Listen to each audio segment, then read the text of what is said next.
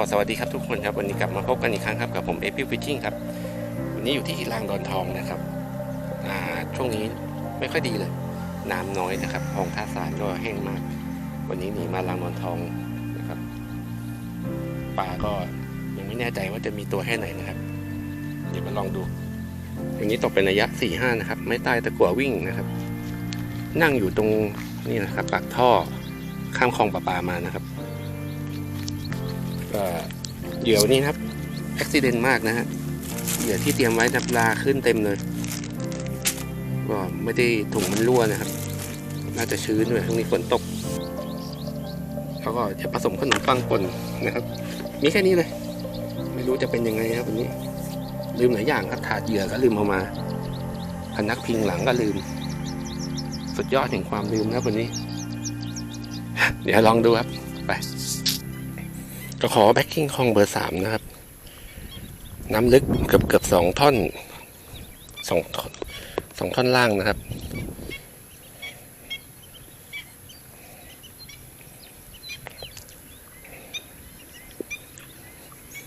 อันนี้พลาดเลยพลาดอย่างแรง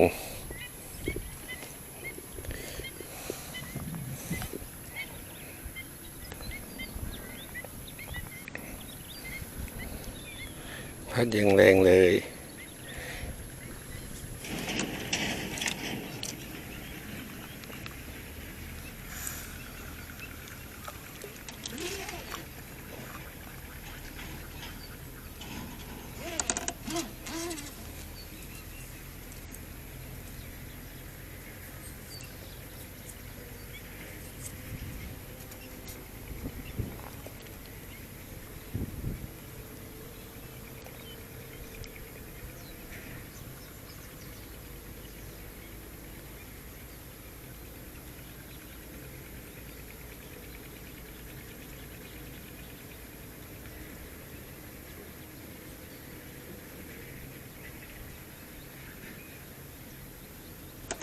อยู่ครับ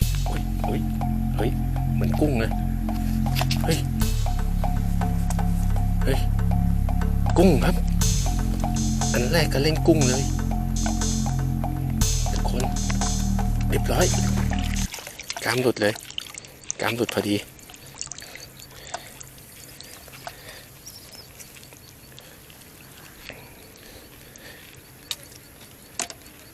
ตัวแรก ไม่ต้องตกแล้วปลากุ้งก็ได้นะครับกุ้ง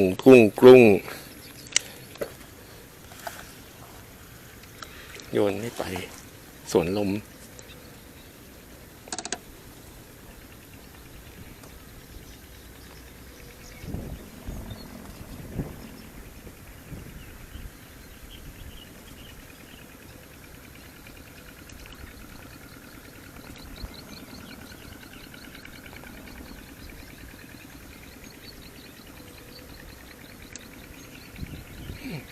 กิบ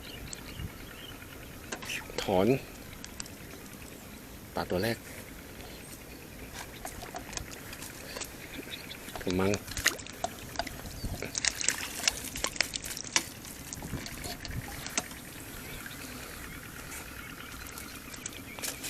มัน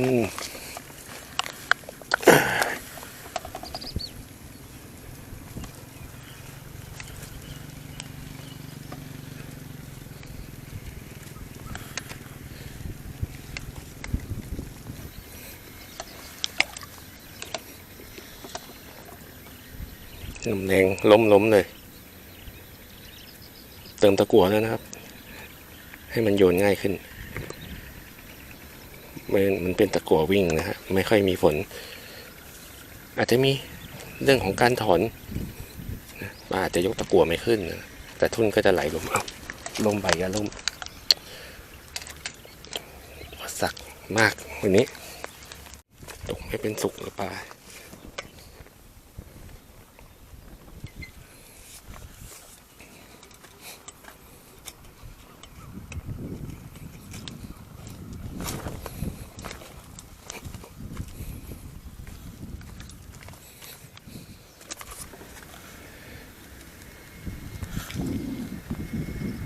โอเค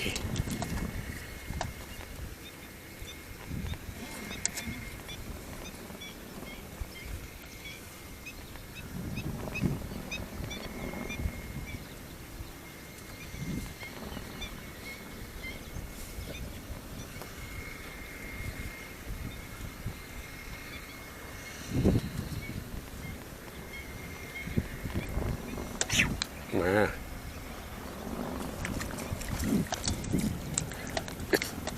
มัง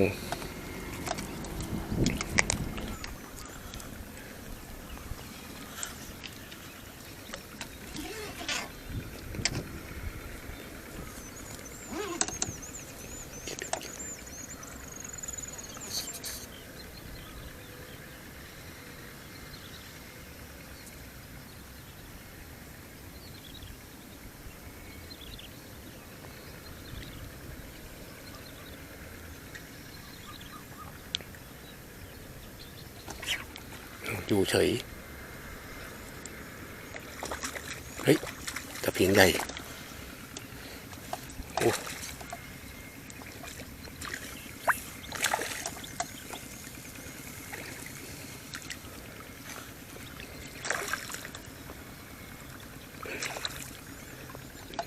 มากินซึมเพียนใหญ่ครับ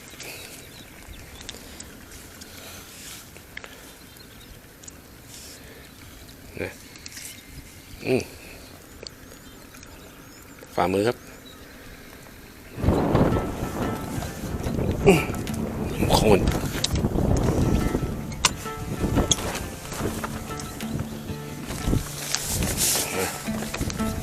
สัตว์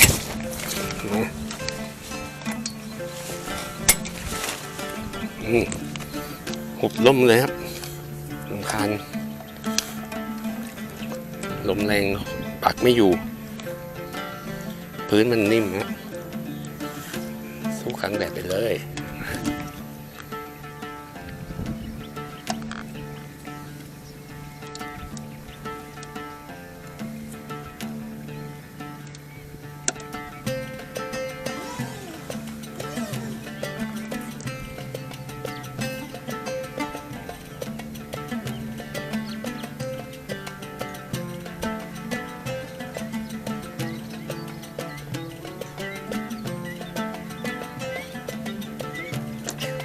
ไม่อยู่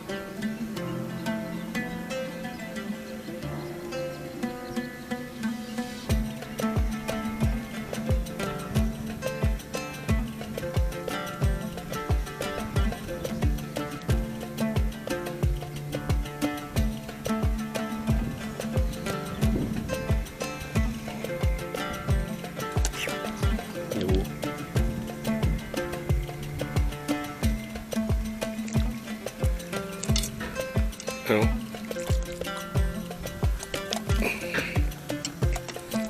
กินแปลกๆครับซึมๆเบาๆ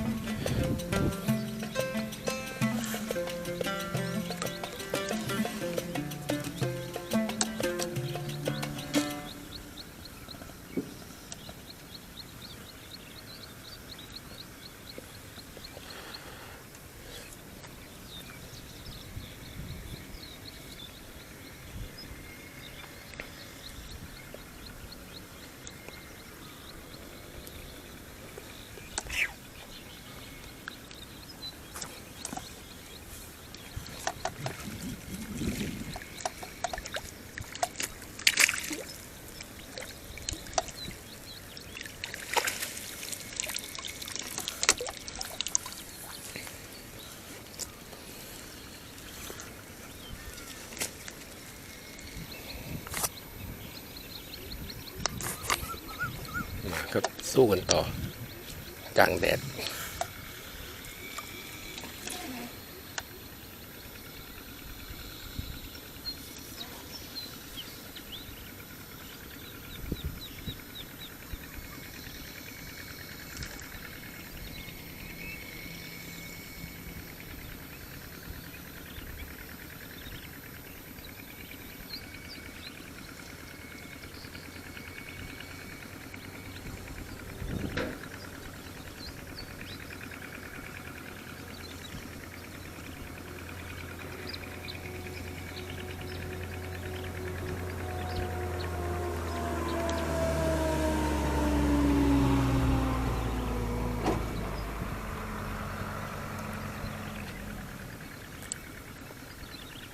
เหยื่อหมด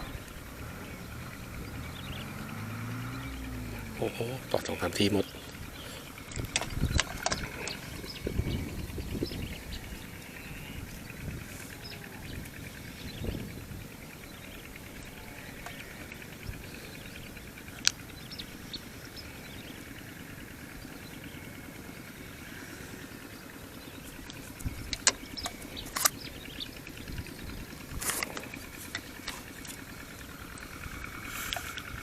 โอ้ยลม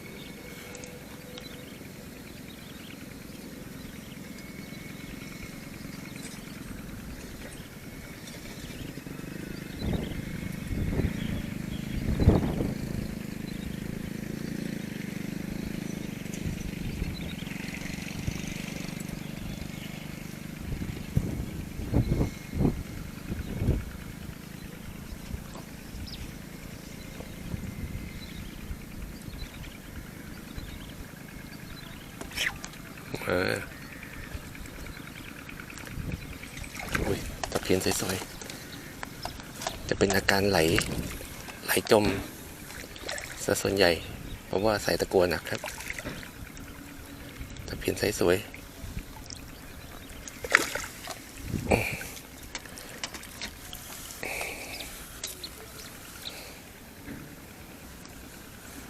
ใช้ดีครับ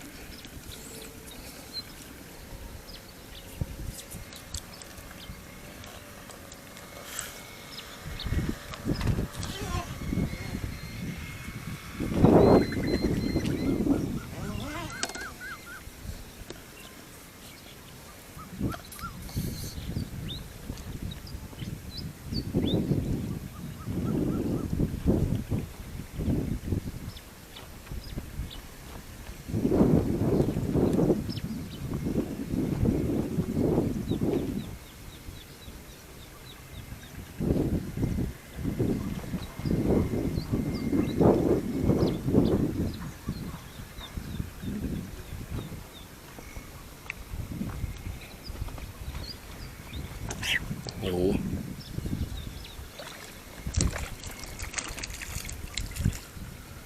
กำลังโอ้ยลม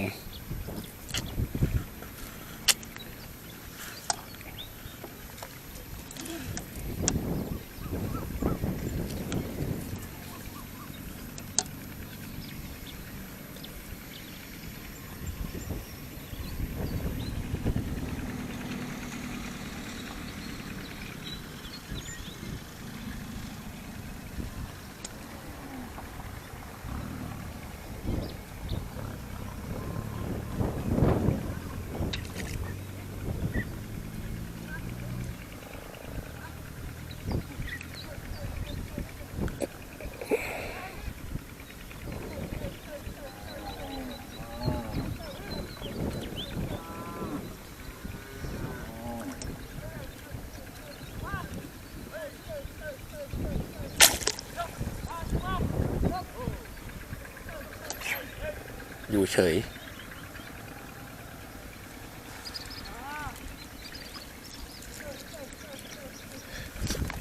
ดูเฉยวัวมาแล้ววัว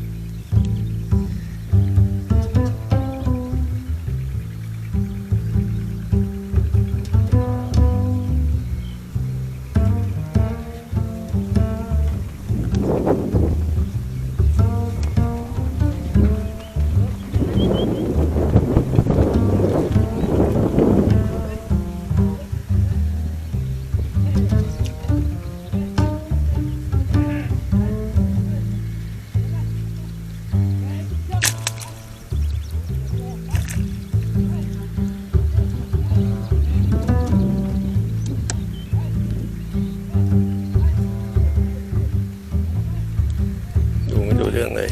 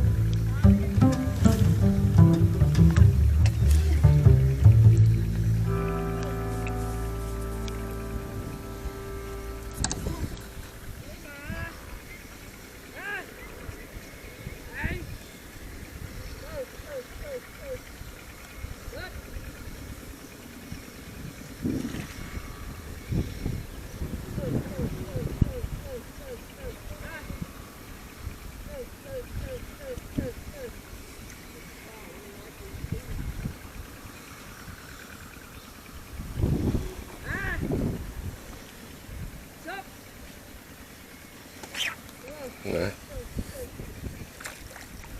เขียนเล็มเบาๆนะเอายกสวิงไม่ขึ้นโอ้ย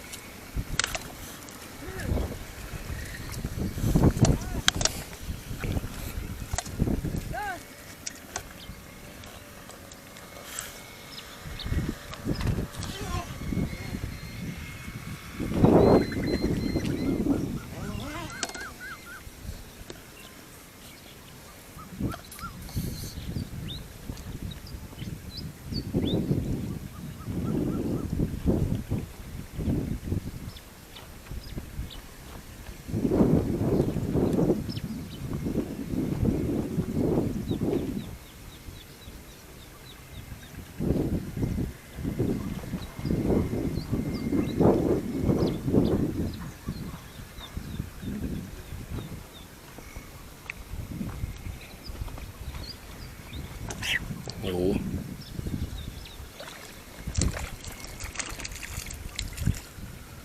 กำลัง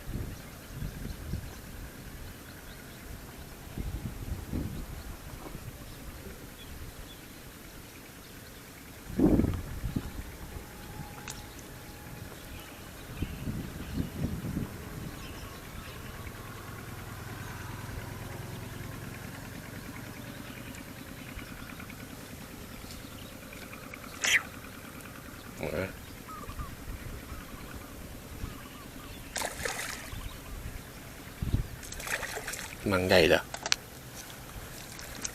มังใหญ่ครับ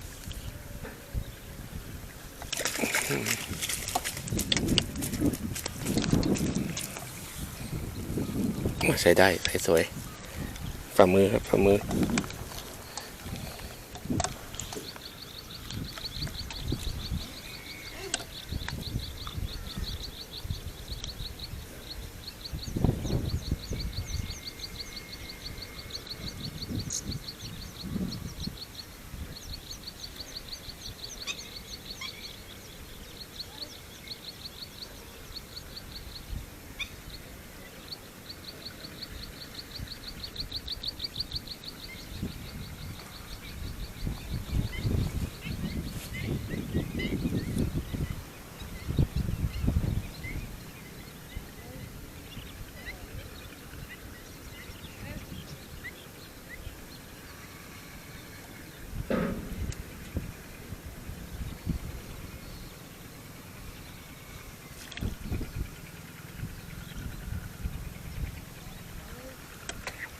อยู่เฉยเลยเอาตะโขกงงกินทำอะไรลมมันแรงครับมองไม่รู้เรื่องเลย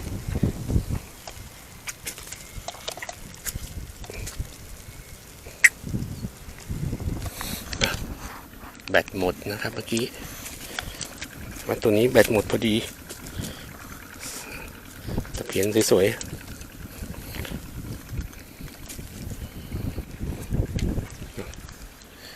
หาตัวปิดท้ายครับ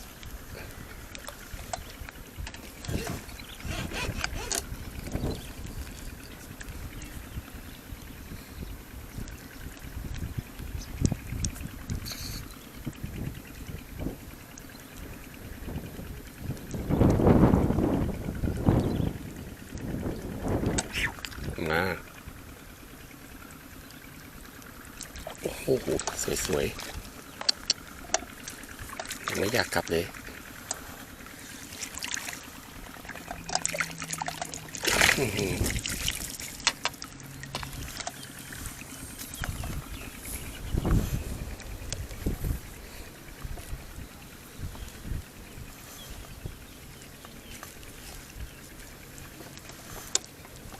โอเคครับก็ไม่ไหวแล้วครับสู้ลมไม่ไหวเก็บของกลับแล้วนะครับวันนี้ก็เป็นวันลืมแห่งชาติครับลืมถาดใส่เหยื่อลืมมานักพิงแล้วก็มานั่งตกก็ลมแรงนะครับทอยเหยื่อยากมากแล้วก็ปากล่มไม่อยู่ครับเดี๋ยวล้มเพราะว่าพื้นมันเป็นอย่างนี้นะพื้นมันเป็นที่เป็นแอ่งน้ำเก่าตรงนี้มันเป็นแอ่งนะครับตรงนี้น้ำมันลงไปผมก็เลยมานั่งนี้นะมาดูปลาลงกันครับเหยื่อก็ไอ้นี่ด้วยนะเหยื่อไม่ได้เช็คว่ามันลามันขึ้นก็เอามาใช้แบบนั้นเลยผลเป็นอย่างนี้ครับปลารวม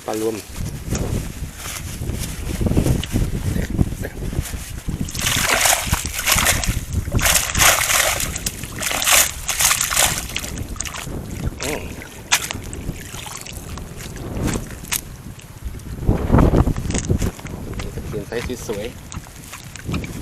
กุ้ง1 ตัว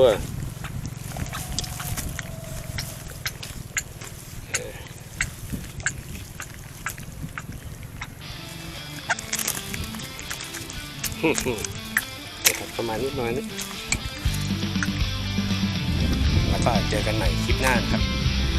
นานๆตกนะครับอาทิตย์หนึ่งคน2 คนพอครับโอเคครับไปก่อนครับสวัสดีครับตื่นได้แล้วเพื่อนพ้องเตรียมคำเตือนขันกันเถอะเรามีแผนที่พร้อมอากาศเช้านี้มันได้ฟ้าสวยน้ำใสไม่รอช้าอย่าเสียดายเวลาชีวิตไป